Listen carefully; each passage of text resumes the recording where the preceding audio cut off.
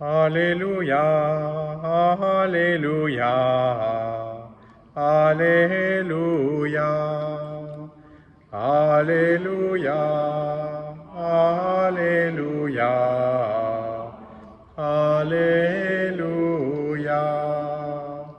Notre Sauveur, le Christ Jésus, a détruit la mort.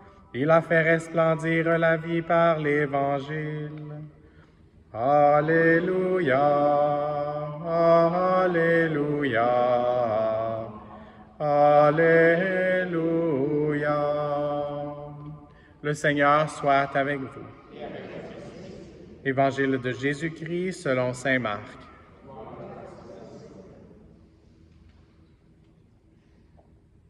En ce temps-là, un scribe s'avança pour demander à Jésus: quel est le premier de tous les commandements? Jésus lui fit cette réponse: voici le premier. Écoute Israël, le Seigneur notre Dieu est l'unique Seigneur.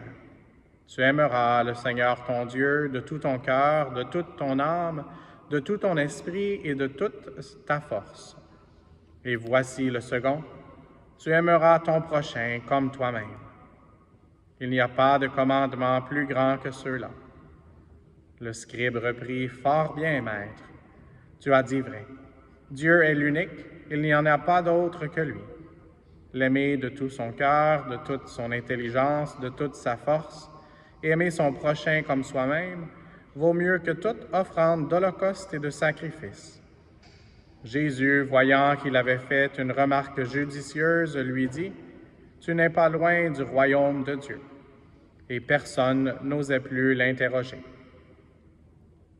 Acclamons la parole de Dieu.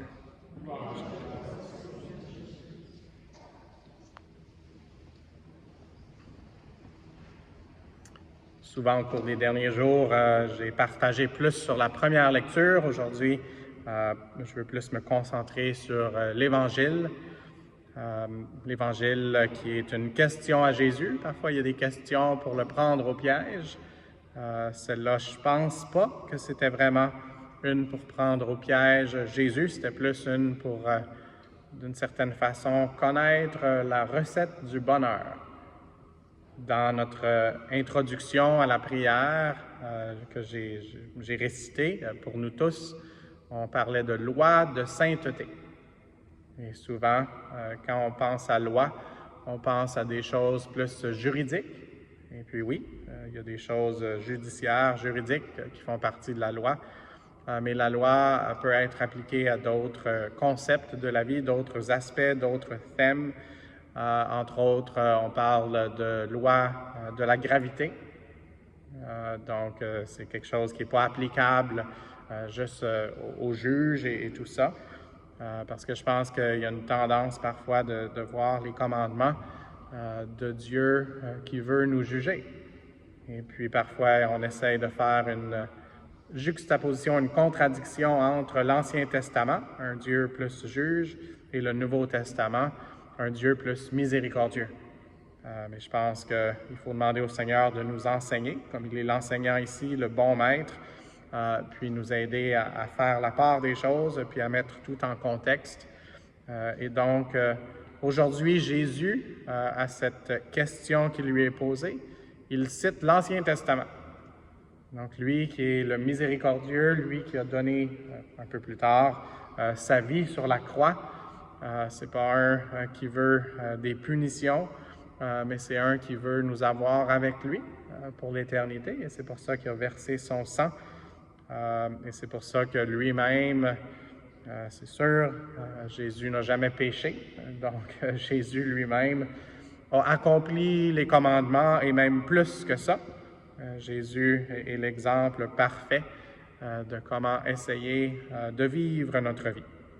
Et donc, on a aussi d'autres thèmes, juste pour montrer que ce n'est pas juste quelque chose par rapport à la justice, mais il y a une autre expression qui me venait en tête ce matin, la loi de la moyenne. Et donc, ça, c'est plus avec les mathématiques. Et donc, Jésus, aujourd'hui, à cette question, nous donne la loi de la sainteté et la loi du bonheur. Et ça commence quand même avec ce mot. C'est un mot qui est utilisé souvent dans la langue hébraïque, écoute, qui se traduit dans la langue de Jésus, ou au moins il y avait l'araméen, mais aussi la langue dans laquelle il priait. Il priait et dans l'araméen et dans l'hébreu, mais c'est la prière qu'on appelle communément le Shema. Écoute, ô Israël. Et puis je vois qu'on a quelques enfants ici aujourd'hui, donc on a des gens qui sont plus petits, et on doit être comme eux pour rentrer dans le royaume des cieux. Donc, merci aux parents qui ont amené les enfants aujourd'hui. Et puis, dans la parole « écoute », et là, je parle à tous les enfants qu'on est ici, il y a deux sens différents. Il y en a un qui est d'entendre, puis il y en a un qui est d'obéir.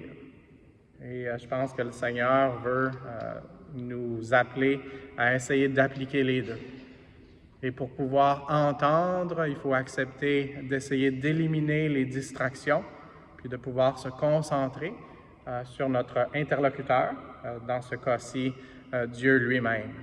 Et donc, Dieu veut nous parler, il veut qu'on puisse obéir, mais pour pouvoir obéir, c'est vraiment d'être en attente de sa parole, et puis d'essayer de recevoir sa parole qui est toute puissante, sa parole qui est mystérieuse, donc il faut continuer de la répéter dans notre cœur. Et donc, prions aujourd'hui les uns pour les autres pour qu'on puisse vraiment écouter dans les deux sens, donc écouter en essayant d'entendre, mais aussi d'appliquer dans notre vie cette recette du bonheur, et puis qu'on puisse le faire avec toutes nos facultés. Donc, le scribe et Jésus parlent d'aimer le Seigneur de tout ton cœur, de toute ton âme, de tout ton esprit, de toute ta force. Et ça, c'est à la deuxième personne du singulier. Donc, excusez si j'ai une loi de grammaire maintenant ici, mais c'est quand même intéressant que le registre du vocabulaire, il dit au début « Écoute Israël, le Seigneur notre Dieu », donc à nous tous, est l'unique. Puis ensuite, il s'adresse à la personne « tu ». Donc, c'est un Dieu très personnel qu'on a, c'est un Dieu qui nous aime infiniment. Il nous aime chacun infiniment, c'est pour ça qu'il a étendu les bras sur la croix.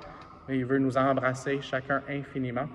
Et il veut nous encourager, avec l'Esprit Saint, avec sa mère, à essayer d'embrasser cette méthode qu'il a pour nous, pour qu'on puisse vivre heureux ici et au paradis à la fin de nos jours.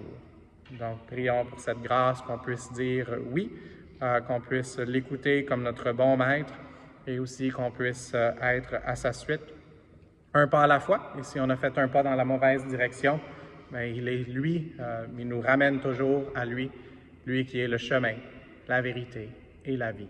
Amen.